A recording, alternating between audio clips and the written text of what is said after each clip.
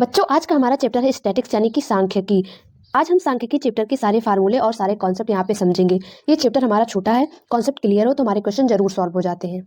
यहाँ पे हमारा पहला कॉन्सेप्ट आ जाता है टाइप्स ऑफ डाटा, यानी कि डाटा के प्रकार। तो यहाँ पे हमारे डाटा दो प्रकार के होते हैं, एक अनग्रुप डाटा, एक हमारा आता है ग्रुप्ड डाटा। तो अनग्रुप डाटा में हमारा आ जाता है, एग्जांपल समझते हैं। तो data of result of a student in 10 different test, और ये हमारा रो के रूप में दिया होता है। इसका मतलब ये है कि किसी एक स्टूडेंट के 10 डिफरेंट टेस्ट में जो मार्क्स आते हैं वही हमारा अनग्रुप डाटा के अंदर आ जाता है। और ग्रुप डाटा के अंदर आता है जो हमारे ग्रुप बने हुए होते हैं, मतलब ग्रुप में होते हैं, और अनग्रुप मतलब जिसमें ग्रुप नहीं होता है। तो यहाँ पे हमारा ग्रुप डाटा जो है ये भी हमारा दो प्रकार का होता है। पहला हमारा होता है डिस्क्रीट फ्रीक्वेंसी डिस्ट्रीब्यूशन, यानी कि सतत बारंबारता बंटन, और दूसरा हमारा कंटीन्यूअस फ्रीक्वेंसी डिस्ट्रीब्यूशन, यानी कि सतत बारंबारता बंटन। ये दोनों हमारा आ जाता है।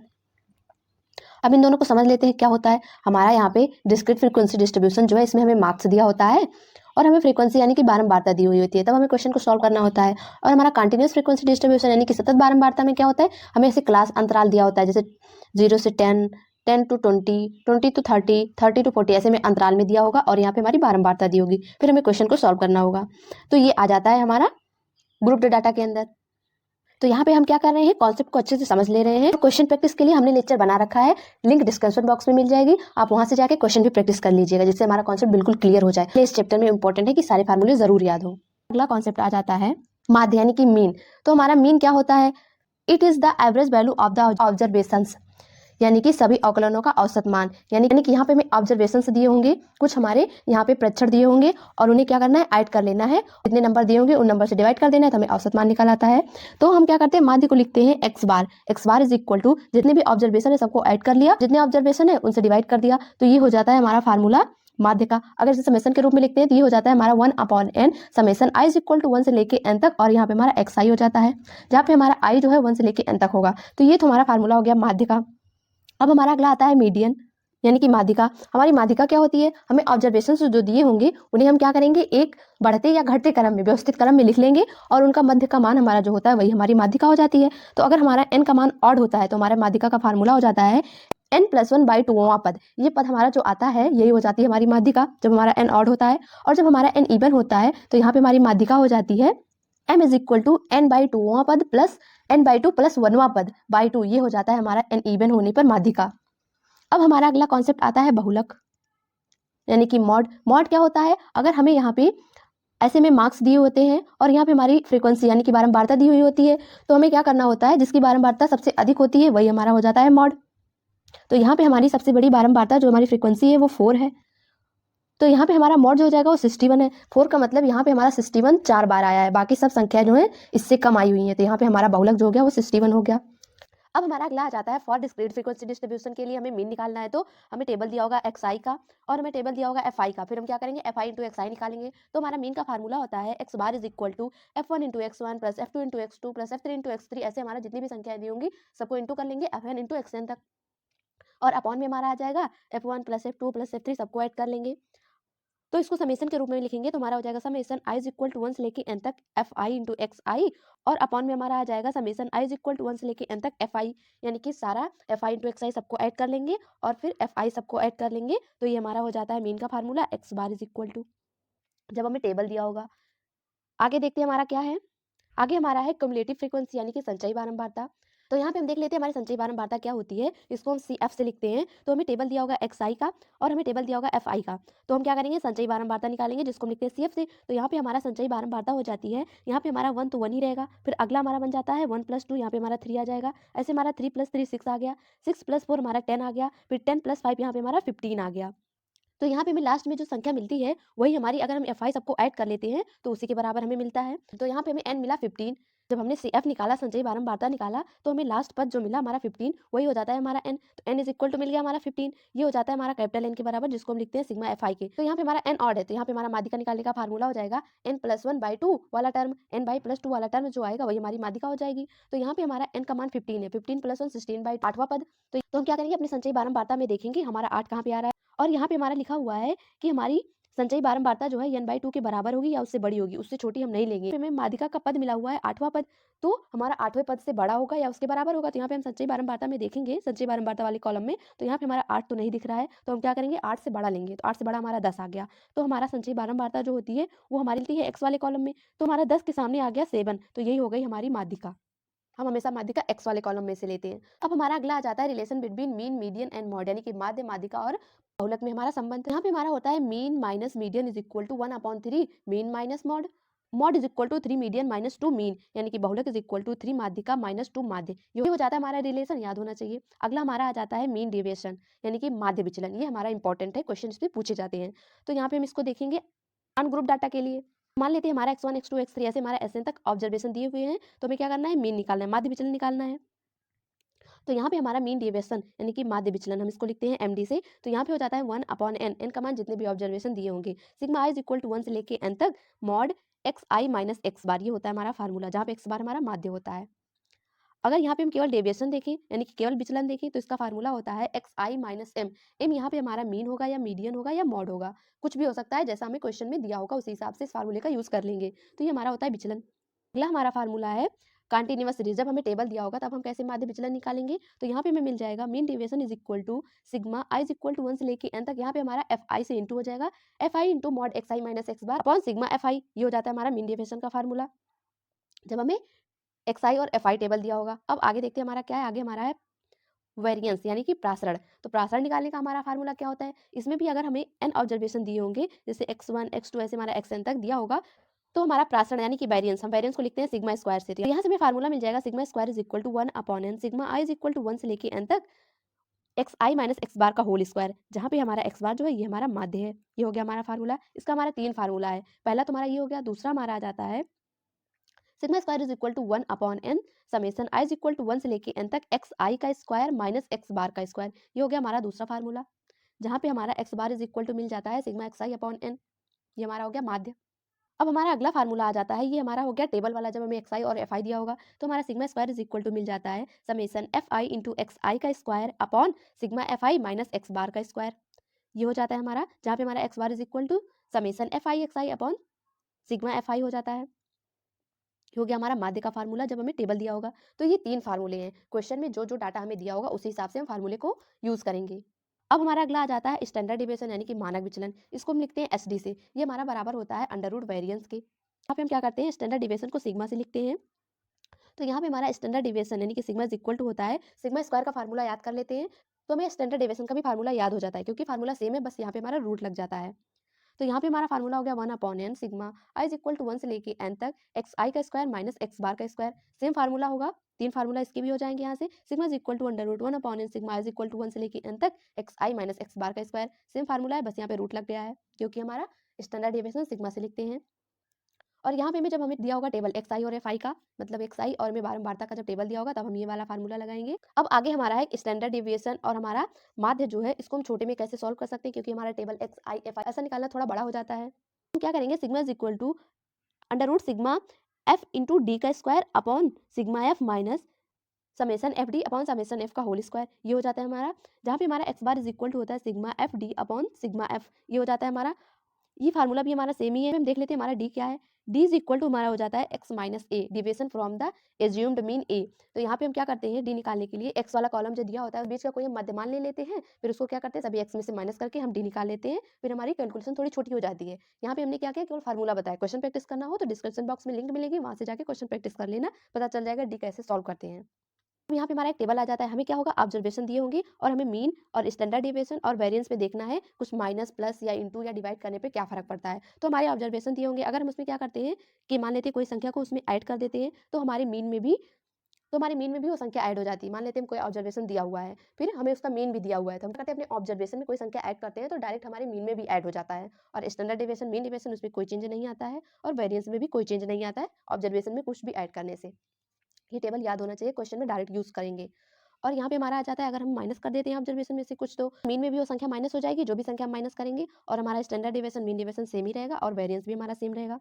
आगे हमारा है, अगर हम ऑब्जर्वेशन में कोई संख्या इंटू कर देते हैं तो हमारे मीन में भी वो संख्या इंटू हो जाती है, और हमारा स्टैंडर्ड डिविएशन और मीन डिविएशन में भी इंटू हो जाता है, और हमारा वेरिएंस जो है उसमें स्क्वायर से इंटू होगा, क्योंकि हमारा वेरिएंस सिग्मा स्क्वायर होता है। अब हमारा आ जाता है, अगर हमारे ऑब्जर्वेशन में कुछ डिवाइड करते हैं, तो अगर हम डिवाइड करते हैं तो हमारे मीन में भी डायरेक्ट डिवाइड हो जाता है, और हमारा स्टैंडर्ड डिविएशन मीन डिविएशन में भी उस संख्या से डिवाइड हो जाएगा। लेकिन अगर हमारा वेरिएंस है तो हमें उसके स्क्वायर से डिवाइड करना पड़ेगा। तो ये हो गया हमारा टेबल, ये याद होना चाहिए। अब क्या करते हैं, हम एक क्वेश्चन देख लेते हैं और कुछ कॉन्सेप्ट समझ लेते हैं। यहाँ पे हमारा आ जाता है अर्थमेटिक प्रोग्रेशन, यानी कि एपी में हमें दिया होगा। तो यहाँ पे हमारा क्वेश्चन है if the variance of the term and increasing AP, यहाँ पे हमें इंक्रीजिंग एपी दी हुई है B1 B2 B3 ऐसे हमारा B11 तक, और हमारा वेरिएंस 90 दिया हुआ है। तब हमें क्या करना है, कॉमन डिफरेंस बताना है एपी का, डी का मान बताना है। तो हमारा इंक्रीजिंग एपी पहले लिख लेते हैं। मान लेते हैं पहला पद हमारा B1 जो है वो ए है, दूसरा पद हमारा A+D है, तीसरा पद हमारा A+2D है, ऐसे हमारा B11 तक है। तो हमारा लास्ट पद हो जाएगा A+10D। तो यहाँ पे हमारा वेरिएंस 90 दिया हुआ है। देखो हमारे एपी में A+D A+2D ऐसे हमारा A+11D तक है।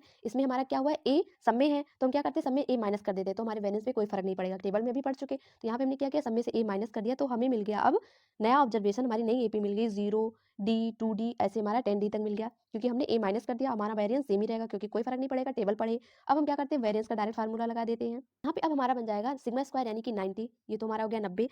अब यहाँ पे हमारा है समेशन एक्स आई का स्क्वायर, मतलब यहाँ पे हमारी जो संख्याएं दी हुई है उसको स्क्वायर करके ऐड कर लेंगे। तो यहाँ पे हमारा ये बन गया, और अपॉन में हमारे जितने टर्म होंगे वो आ जाएंगे। तो यहाँ पे हमारा 11 पद है 0 से लेकर 10 तक, तो यहाँ अपॉन में हमारा 11 आ गया, माइनस यहाँ पे हमारा माध्य होता है। माध्य में क्या करना होता है, जितनी भी संख्या दी होती है सबको ऐड कर लेना होता है और अपॉन कर देते हैं n से। तो ये हमारा यहाँ पे 11 है, तो 11 हो गया और पूरे का स्क्वायर हो गया। अब यहाँ पे आगे सॉल्व कर लेंगे इसे। तो यहाँ पे हमारा डी तो सब में है, तो डी को कॉमन कर लिया और फिर यहाँ पे हमने फार्मूला लगा दिया। तब हमें दिया होता है 1 का स्क्वायर प्लस 2 का square plus dot dot dot, ऐसे हमें n का स्क्वायर दिया होता है। तो इसका फार्मूला हो जाता है n into n plus 1 into 2n plus 1 upon 6, ये हो जाता है हमारा फार्मूला। वही यहाँ पे अप्लाई किया, और यहाँ पे माइनस माइनस यहाँ पे हमारा माध्य है। यहाँ पे हमें दिया हुआ है 1 प्लस 2, अगर हम डी को कॉमन कर लेते हैं तो 1 प्लस 2 प्लस 3 ऐसे हमारा n तक जाता है। तो इसका फार्मूला हो जाता है हमारा n into n plus 1 upon 2। लेकिन यहाँ पे हमारा क्या है, n का मान 10 है, तो यहाँ पे हो गया हमारा 10 इंटू 10 प्लस 1 अपॉन 2, और यहाँ पे हमारा हो गया n का मतलब 10 और n प्लस 1 यानी कि 11 और इंटू 2n प्लस 1 का मान हमारा हो गया 21 अपॉन 6 इंटू 11, यहाँ पे हमारा 2 इंटू 11 आ गया। इसे आगे सॉल्व कर लेंगे तो यहाँ से हमें मिल जाएगा 10d square is equal to 90, d square is equal to मिल गया 9, डी इज इक्वल टू मिल गया 3, डी इज इक्वल टू -3 नहीं लेंगे क्योंकि ये हमारी इंक्रीजिंग एपी है। ये छोटी छोटी बातें भी क्वेश्चन में याद रखना चाहिए। अब हमारा अगला कॉन्सेप्ट आ जाता है 2 ऑब्जर्वेशन मिसिंग। तो हम क्या करते हैं, इसको क्वेश्चन से समझ लेते हैं। यहाँ पे हमें क्वेश्चन दिया हुआ है the mean and variance of 7 observation are 8 and 16। यहाँ पे हमारा मीन जो है माध्य 8 है और वेरिएंस प्रसरण हमारा 16 है और 7 ऑब्जर्वेशन दिए हुए हैं। इफ आगे कह रहा है if 5 of these observations are 2 4 10 12 14, यानी कि यहाँ पे हमें 5 ऑब्जर्वेशंस दिए हुए हैं और कह रहा है कि absolute difference of the remaining 2 observations, यानी कि यहाँ पे हमें 5 दिए हुए हैं और 7 ऑब्जर्वेशंस यहाँ हमारे क्वेश्चन में था। यहाँ पे हमारे क्वेश्चन में था 7 ऑब्जर्वेशंस जिसके मीन हमारे 8 और 16 है, लेकिन यहाँ पे हमें केवल 5 ऑब्जर्वेशंस दिया हुआ है। तो हमें क्या करना है, पहले वो 2 ऑब्जर्वेशंस निकाल लेना है, फिर उन दोनों का माइनस में करके बताना है क्या आंसर आएगा। तो ऐसा क्वेश्चन सॉल्व करने के लिए हम क्या करते हैं, हम मान लेते हैं हमारा छठा और सातवां ऑब्जर्वेशन जो है उसको मान ली ए और बी है, तो यहाँ पे हमें मिल गया 7 ऑब्जर्वेशन। अब हमें क्या करना है, ए बी का मान निकालना है। तो यहाँ पे हम क्या करते हैं, हमारा x बार 8 है और sigma square is equal to 16 है, तो जितने भी ऑब्जर्वेशन है सबको ऐड करके और n से डिवाइड कर देना होता है। तो ये हो गया हमारा mean, mean is equal to में 8 दिया हुआ है। इसे सॉल्व कर लेंगे तो यहाँ से a plus B is equal to 14 मिल गया, इसे मान लेते हैं क्वेश्चन नंबर 1। अब हमारा अगला वेरियंस दिया हुआ है, तो वेरियंस का हमारा फार्मूला होता है सिग्मा एक्स आई का square upon n minus x bar का स्क्वायर। तो यहाँ पे एक्स आई का स्क्वायर मतलब जितने भी हमारे ऑब्जर्वेशन है सबको स्क्वायर करके ऐड कर लिया और अपॉन एन कर दिया, माइनस एक्स बार का स्क्वायर कर दिया इज इक्वल टू हमारा 16 है। इसे सॉल्व कर लेंगे तो यहाँ से हमें मिल गया square plus B square is equal to 100। अब हमें a माइनस बी का मान बताना है, उसके लिए a और b निकालना पड़ेगा। तो यहाँ पे हमारी कैलकुलेशन है a b का मान कैसे भी निकाल सकते हैं। तो यहाँ पे हम क्या करते हैं, a प्लस बी का होल स्क्वायर निकाल लेते हैं, क्योंकि a plus B is equal to 14 मिल गया और a square plus B square is equal to 100 मिल गया। हमने क्या किया, a प्लस बी का होल स्क्वायर लगा दिया, a square plus B square plus 2 ab सारी वैल्यू यहाँ पे हमने रख दिया। तो यहाँ से हमें मिल गया a b is equal to 48। a minus B का मान निकालना है, क्या करते हैं हम a माइनस बी का होल स्क्वायर लगा देते हैं। तो यहाँ पे हमारा फार्मूला होता है a प्लस बी का होल स्क्वायर माइनस 4ab। तो यहाँ पे हमें सारी वैल्यू पता है, लाके रख देते हैं। तो यहाँ पे हमारा a माइनस बी निकालना है, तो यहाँ पे हमारा रूट लग जाएगा। तो a प्लस बी का मान हमारा 14 है, 14 का स्क्वायर बन गया -4 और a बी का मान हमारा 48 हो गया, अंडर रूट पे रहेगा क्योंकि स्क्वायर इधर था, इधर आके हमारा रूट बन जाएगा। तो यहाँ से हमें a minus b is equal to मिल गया 2, यही होगा हमारा आंसर। फिर अगला कॉन्सेप्ट आ जाता है रॉन्ग ऑब्जर्वेशन इज डिलीटेड, यानी कि हमने कुछ गलती से मान लिया होगा, उसको डिलीट करके सही करना होता है।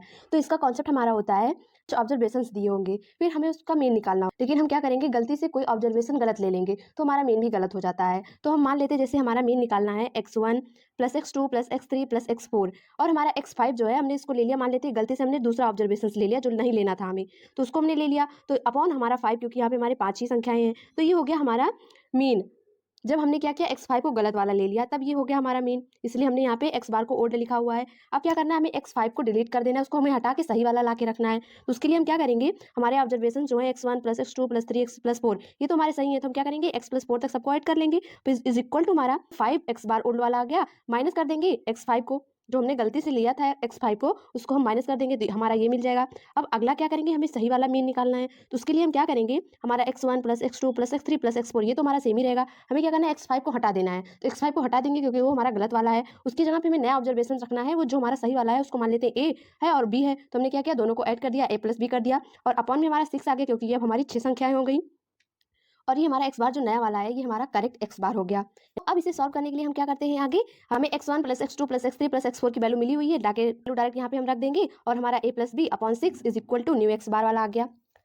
तो ये होता है हमारा कॉन्सेप्ट। यहाँ पे हमने क्या किया, केवल कॉन्सेप्ट को समझा हुआ है। हम क्या करते हैं, इसको एक क्वेश्चन से देख लेते हैं कैसे इसे सॉल्व करते हैं, एकदम कॉन्सेप्ट क्लियर हो जाएगा। तो यहाँ पे हमारा क्वेश्चन आ जाता है, the mean age of 25 teachers in I school is 40 years. यहाँ पे हमें 25 टीचर दिए हुए हैं, मतलब n का मान 25 है और हमारा मीन जो है वो 40 है, हमारा माध्य 40 दिया हुआ है। तो हम क्या करते हैं, इसको लिख लेते हैं x i, x bar is equal to होता है sigma x i upon n. तो एक्स बार हमारा हो गया 40, sigma x i upon n का मान हमारा 25 था। तो यहाँ से हमारा x i is equal to आ गया 40 इंटू 25, हमने इधर इंटू करवा दिया। तो ये तो हो गया हमारा जितना दिया हुआ था। अब आगे देखते हैं क्या कह रहा है, a teacher retires at the age of 60 years and a new teacher is appointed in this place. यानी कि एक टीचर है वो 60 ईयर्स पे रिटायर हो रहा है, इस जगह पे एक नया टीचर आ रहा है। अब आगे कह रहा है, if the mean age of the teachers in school now is 39 years then the age the new appointed teacher, यानी कि जो नया टीचर आया है उसकी हमें एज बतानी है। तो यहाँ पे हम मान लेते हैं जो हमारा नया टीचर आया है उसकी एज हमारी एक्स है, एक्स एज का होगा, और जो रिटायर हो रहा है उसकी एज हमारी सारी 60 ईयर्स है। तो यहाँ पे हमें क्या करना है, 60 ईयर का जो टीचर है उसको हटा देना है, उसकी जगह पे हमें एक्स जो नया टीचर आया है उसको रख लेना है। तो क्या करेंगे, एक्स आई हमारा मीन जो हमारा पुराना वाला मीन था जिसमें से हमें हटाना है उसको मान लेते हैं, एक्स आई हमारा था 25 इंटू 40, वही हमारा था जब हमने क्या किया था x1 plus x2 plus x3 को ऐड किया था, तो उसके बराबर में जो आया था उसी को हमने लास्ट में ले जाके रखा था। तो यहाँ पे हमारा आ गया एक्स आई का मान जो है 25 इंटू 40, यही हमें निकला था, यहाँ पे वैल्यू रख दिया। अब यहाँ पे क्या करना है, हमें रिटायर हो रहा है उसको माइनस कर देना है और जो नया टीचर आ रहा है उसको ऐड कर लेना है। और टीचरों की संख्या तो 25 ही रहेगी क्योंकि एक जा रहा है एक आ रहा है, सेम ही हो गया एन का मान, इज इक्वल 39 हो गया क्योंकि उसके बाद हमारा माध्य जो हो जाता है वो 39 क्वेश्चन में दिया हुआ है। अब इसे सॉल्व कर लेंगे तो हमें आंसर मिल जाता है x is equal to 35 years, यानी कि जो नया टीचर आ रहा है उसकी एज हो गई हमारी 35। तो इस क्वेश्चन में हमें क्या करना होता है, जो हमें पुराना डाटा दिया होता है, जो हमने गलती से माना होता है, पुराना डाटा जो होता है उसको सॉल्व कर लेते हैं, वहां से हमने एक्स आई निकाल लेते हैं, फिर एक्स आई निकालने के बाद जो संख्या हमें हटानी होती है उसको माइनस कर देते हैं और उसकी जगह पे सही संख्या रखने के लिए उसको हम ऐड कर देते हैं। तो बस इतना सा हमारा कॉन्सेप्ट है। हमारे क्वेश्चन में केवल मीन पूछा गया था, तो हमने केवल मीन निकाला, ऐसे हमारा वेरिएंस भी हो सकता है, कुछ भी पूछा जा सकता है, तो कॉन्सेप्ट तो हमारा सेम ही रहेगा। बस वहाँ पे हमारा क्या हो जाता है, सिग्मा एक्स आई का स्क्वायर हो जाता है। तो हम क्या करेंगे, तो हमें हटाना होगा उसको स्क्वायर करके माइनस कर देंगे, स्क्वायर करके ऐड कर लेंगे। तो ये हो जाता है हमारा कॉन्सेप्ट। बच्चों हमारा अगला कॉन्सेप्ट है observations are divided into two group. तो हम इसको ऐसा समझते हैं कि मान लेते हैं हमारा ये एक क्लासरूम है, इसमें कुछ गर्ल्स होंगे और कुछ बॉयज़ होंगे। तो हम मान लेते हैं गर्ल्स की संख्या n1 है, बॉयज़ की संख्या n2 है और गर्ल्स का माध्य हमारा मीन जो है उसको हमने यहाँ पे लिखा हुआ है μ1 है और बॉयज़ का माध्य हमारा μ2 है और वेरिएंस हमारा गर्ल्स का जो है वो सिग्मा स्क्वायर के रूप में है और बॉयज़ का सिग्मा 2 के रूप में है। और यहाँ पे हमारा n1 प्लस n2 ये जो हमारा है टोटल स्टूडेंट है, क्योंकि गर्ल्स और बॉयज़ को मिला के हमारा एक क्लास बना हुआ है और उसमें हमने 2 ग्रुप किया हुआ है, गर्ल्स और बॉयज़ का। तो यहाँ पे अगर हमें इसका क्या करना होगा, माध्य निकालना होगा। तो यहाँ पे हमने क्या किया है, माध्य को हमने म्यू से लिखा हुआ है क्योंकि कहीं कहीं पे हमें माध्य को म्यू से भी लिखा मिल जाता है। तो यहाँ पे हमारा म्यू जो है ये हमारा मीन है। तो यहाँ पे इसका फार्मूला हो जाता है हमारा n1 μ1 plus n2 μ2 upon n1 plus n2। यहाँ पे हमारा μ1 और μ2 हमारा मीन है, माध्य है। और हमारा वेरिएंस का फार्मूला हो जाता है sigma square is equal to n1 sigma 1 का स्क्वायर प्लस n2 सिग्मा 2 का square upon n1 plus n2 plus n1 into n2 upon n1 plus n2 का होल स्क्वायर और इंटू में हमारा आ जाता है μ1 माइनस μ2 का होल स्क्वायर। ये फार्मूला हमें डायरेक्ट याद होना चाहिए, क्वेश्चन हमारे इस पे डायरेक्ट पूछे जाते हैं। बच्चों हमारा लास्ट टॉपिक है कोफिशिएंट ऑफ वेरिएंस, यानी कि प्रासरण के गुणांक। तो इसको हम क्या करते हैं, सीवी से लिखते हैं। तो सीवी इज इक्वल टू होता है sigma upon x bar into 100, sigma upon x bar into 100, जहाँ पे हमारा सिग्मा जो है ये स्टैंडर्ड डेविएशन होता है, मानक विचलन, और x bar is equal to हमारा मीन होता है। तो कोफिशिएंट ऑफ वेरिएंस, इससे हम ये समझते हैं कि हमारा डाटा कितना वेरिएबल है। तो यहाँ पे अगर हमारी सीबी की वैल्यू ज़्यादा होगी तो हमारा डाटा ज़्यादा वेरिएबल होगा और सीबी की वैल्यू कम होगी तो हमारा डाटा कम वेरिएबल होगा। तो यहाँ पे यही डिफाइन करते हैं सीबी से कि हमारा डाटा कितना वेरिएबल है। अगर यहाँ पे हमारा सीबी की वैल्यू ज़्यादा है तो हमारा डाटा ज़्यादा वेरिएबल होगा और लेस स्टेबल होगा और लेस होमोजीनियस होगा। तो यहाँ पे हमें बस यही इतना याद रखना होता है। इसके क्वेश्चन कम पूछे जाते हैं पर हमें पता होना चाहिए। अब यहाँ पे हमने स्टैटिक चैप्टर के सारे कॉन्सेप्ट और सारे फार्मूले यहाँ पे समझ लिए हैं। यहाँ से आप लोग फार्मूले याद कर लीजिए और क्वेश्चन प्रैक्टिस करने के लिए डिस्कशन बॉक्स में लिंक मिल जाएगी, वहां से जाके आप क्वेश्चन भी प्रैक्टिस कर लीजिएगा। जेईई 2023 में जितने भी क्वेश्चन आए हुए थे सारे सॉल्व किए गए हैं, तो लिंक डिस्कशन बॉक्स में मिल जाएगी, जाइए क्वेश्चन प्रैक्टिस कीजिए।